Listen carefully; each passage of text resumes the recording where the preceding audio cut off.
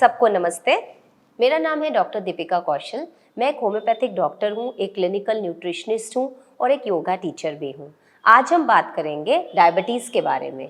देखिए, कहीं भी आज जाकर हम बात करें तो बीपी की, शुगर की और कोलेस्ट्रॉल की प्रॉब्लम्स हमें हर जगह देखने को मिलती हैं।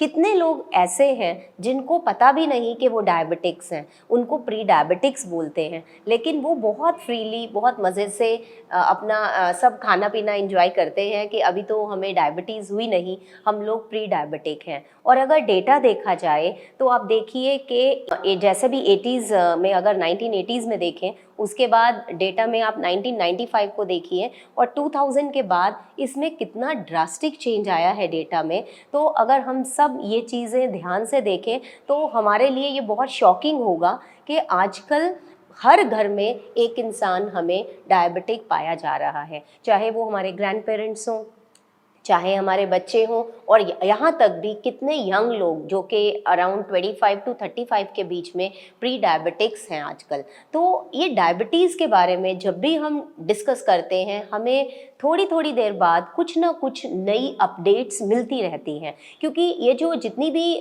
फाउंडेशंस या एसोसिएशंस लगा लीजिए, या फिर जो जितना भी रिसर्च होता है, वो रिसर्च होते होते होते होते उसमें कुछ कुछ चेंजेस आते रहते हैं। तो जो डाइटरी गाइडलाइंस हैं या फिर जो पैरामीटर्स हैं कि कितना ब्लड शुगर चाहिए, क्या हमें करना चाहिए, क्या हमें नहीं करना चाहिए, वो टाइम टू टाइम चेंज होते रहते हैं। इसलिए स्पेशली डायबिटीज़ के केस में और कोलेस्ट्रॉल के केसेस में हमें अपने आप को थोड़ा अपडेट रखना बहुत ज़रूरी है कि जो लेटेस्ट जो क्राइटेरिया है, जो गाइडलाइंस हैं, वो क्या कहती हैं।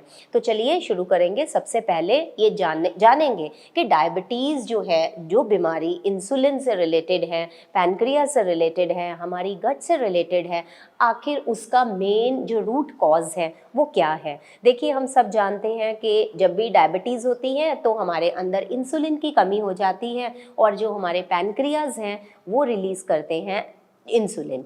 तो पैनक्रियाज में एक स्पेशल टाइप्स के सेल्स होते हैं जिसको अल्फा एंड बीटा सेल्स कहते हैं। तो जो अल्फा सेल्स हैं वो रिलीज करते हैं एक हार्मोन, बीटा सेल्स हैं वो भी एक हार्मोन रिलीज करते हैं। इसीलिए जो हार्मोन रिलीज करते हैं, जब हम हार्मोन्स की स्टडी करते हैं, उसको हम एंडोक्राइनोलॉजी के डिपार्टमेंट से रिलेट करते हैं। तो जिन लोगों को भी शुगर की बीमारी है, वो जो उनका कंसर्न्ड डिपार्टमेंट है वो होता है एंडोक्राइनोलॉजी, और आपको जिससे कंसल्ट करना है उसको बोलते हैं, उस डॉक्टर को बोलते हैं, फिजिशियन को बोलते हैं एंडोक्राइनोलॉजिस्ट। तो डायबिटीज़ के केसेस में सबसे पहले हम इसको डिवाइड कर देते हैं 2 पार्ट्स में। एक होती है टाइप 1 डायबिटीज़ और एक होता है टाइप 2 डायबिटीज़। देखिए, मैक्सिमम लोग जो आजकल हम देखते हैं वो है टाइप 2 डायबिटीज़ के।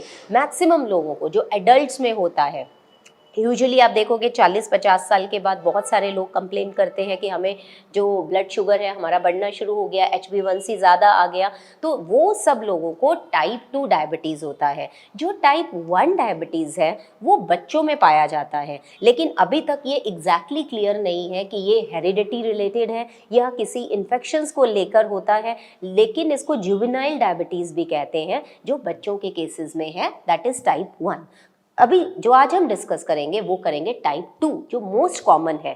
तो इनमें कुछ फैक्टर्स हैं वो बहुत काम करते हैं। सबसे पहले होता है एज फैक्टर। जैसे ही हम बड़े होते जाते हैं तो फैट मेटाबॉलिज्म और लेडीज़ में ईस्ट्रोजन प्रोजेस्टेरोन का जो अप एंड डाउन है, कुछ लाइफस्टाइल की प्रॉब्लम्स हैं, तो जैसे जैसे एज बढ़ती है तो डायबिटीज़ के चांसेस बढ़ते रहते हैं। दूसरा आता है हेरिडिटी रोल या फिर एंसेस्ट्रल प्रॉपर्टीज़ जो हम बोल सकते हैं, जो हमारे एंसेस्टर्स की देन है। लेकिन ऐसा नहीं है कि अगर आपके पेरेंट्स को डायबिटीज़ है आपको 100% होगा ही होगा, क्योंकि आजकल हम डायबिटीज़ पर काम कर कर अपने आप को डायबिटीज़ से मुक्त कर सकते हैं। डायबिटीज़ के रिलेटेड इतने अच्छे अच्छे डायबिटिक रिवर्सल जो प्रोग्राम्स हैं वो इतना अच्छा काम कर रहे हैं कि आप अपने आप को डायबिटीज़ से फ्री कर सकते हो, अपने पैरामीटर्स को नॉर्मल ला सकते हैं। और सबसे बड़ी बात है कि जब आपके पेरेंट्स को डायबिटीज़ हो जाता है, हम एकदम से डर जाते हैं और हम उसको सोचते हैं कि डेफिनेटली अब हमें ये बीमारी होगी ही होगी। अगर एक पेरेंट को है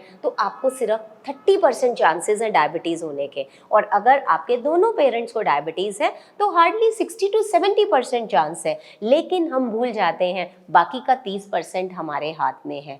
तो जो डायबिटीज़ है वो एक मेटाबॉलिक डिसऑर्डर के फॉर्म में है, एक साइलेंट किलर के फॉर्म में है, क्योंकि ये कैसे साइलेंट किलर है या फिर ये कैसे हमारे मेटाबॉलिज्म को इफ़ेक्ट करती है वो सब अभी हम जानेंगे, अभी हम डिस्कस करेंगे।